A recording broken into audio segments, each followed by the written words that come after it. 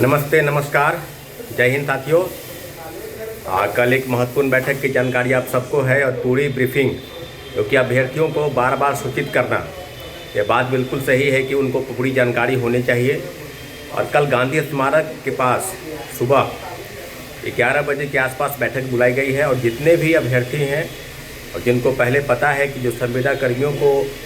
25% के अंक की जो छूट है और जो लाभ देने का प्रयास कार्मिक विभाग बिहार सरकार द्वारा खेला गया, जो अलग तरीके का कानून बनाया गया, उस कानून के खिलाफ में एक बिगुल, एक आंदोलन, एक रणनीति, विशेष तौर पर उन अभ्यर्थियों के साथ जो अन्याय और धोखा बिहार सरकार जो स्क्रिप्ट लिख चुकी है,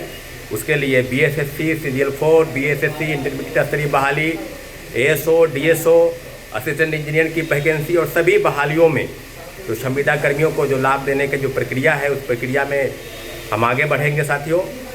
और कल एक महत्वपूर्ण बैठक में अब सीधे आपको सवाल जो है वो अभ्यर्थियों की तरफ से है कि सरकार ने जो वादा किया है, सरकार ने जो अभ्यर्थियों के लिए जो कानून बनाए, उस कानून का पालन करना उद्देश्य है सरकार का कि अब उसी कानून के तहत बहाली निकलेगी, उसी कानून के तहत संविदा कर्मियों को लाभ दिया जाएगा, या जो नए कैंडिडेट है, जो फ्रेश कैंडिडेट है, उनके मेरिट को मारते हुए ही बहाली की प्रक्रिया आगे बढ़ेगी। तो सब विषयों पर बात होगी और आपको बताते चले कि जो बड़ी संख्या में अभ्यर्थी थे वो चुनाव के पहले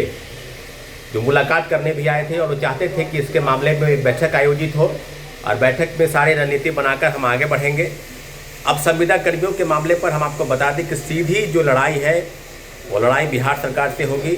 पहले हम रणनीति बनाएंगे कि किन किन विषयों पर आगे उठाना है। कार्मिक विभाग, डीओपीटी जो विभाग काम करती है, एक कहीं न कहीं बहालियों में जो भुक्तभोगी जो परेशानी है वो दोनों स्तर से है। पहला कि एक कानून बना रहे हैं और कानून के साथ जो खिलवाड़ चल रहा है, क्योंकि कहीं न कहीं संविदा कर्मियों के लिए अलग से आपको पता है कि बेल्ट्रॉन, उर्मिला फाउंडेशन या कई ऐसी संस्था हैं जो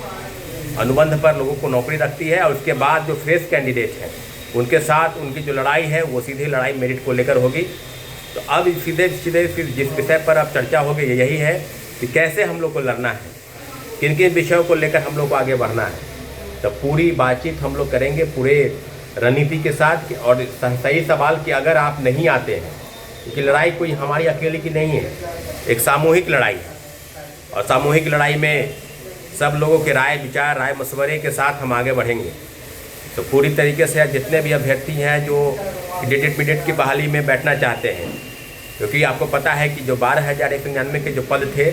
जिसमें लगभग 24 लाख के आसपास अभ्यर्थियों ने फॉर्म भर रखा था, विज्ञापन संख्या 23/2023, और अभी लगभग 2 साल बीत गए, फिर दोबारा से पोर्टल खोला गया और फिर से 10,000 पद की जो बहाली है उसको बढ़ाया गया। उसकी संख्या कम से कम 22,000 हो गई। सीजीएल 4, एएसओ, डीएसओ और सबसे ज़्यादा जो भुक्तभोगी है, जिनके घर में पहले चिंगारी की जो आग लगी, वो है असिस्टेंट इंजीनियरिंग के छात्र।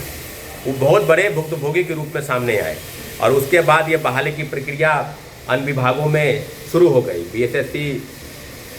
सीजीएल 4, एएसओ, डीएसओ या सब भी। तो हम चाहेंगे कि जो बीपीएससी के छात्र हैं,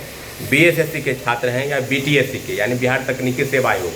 सभी भर्तियों में जो काला कानून अलग तरीके से जो बैकडोर का जो खेल है जो चल रहा है, उसके खिलाफ में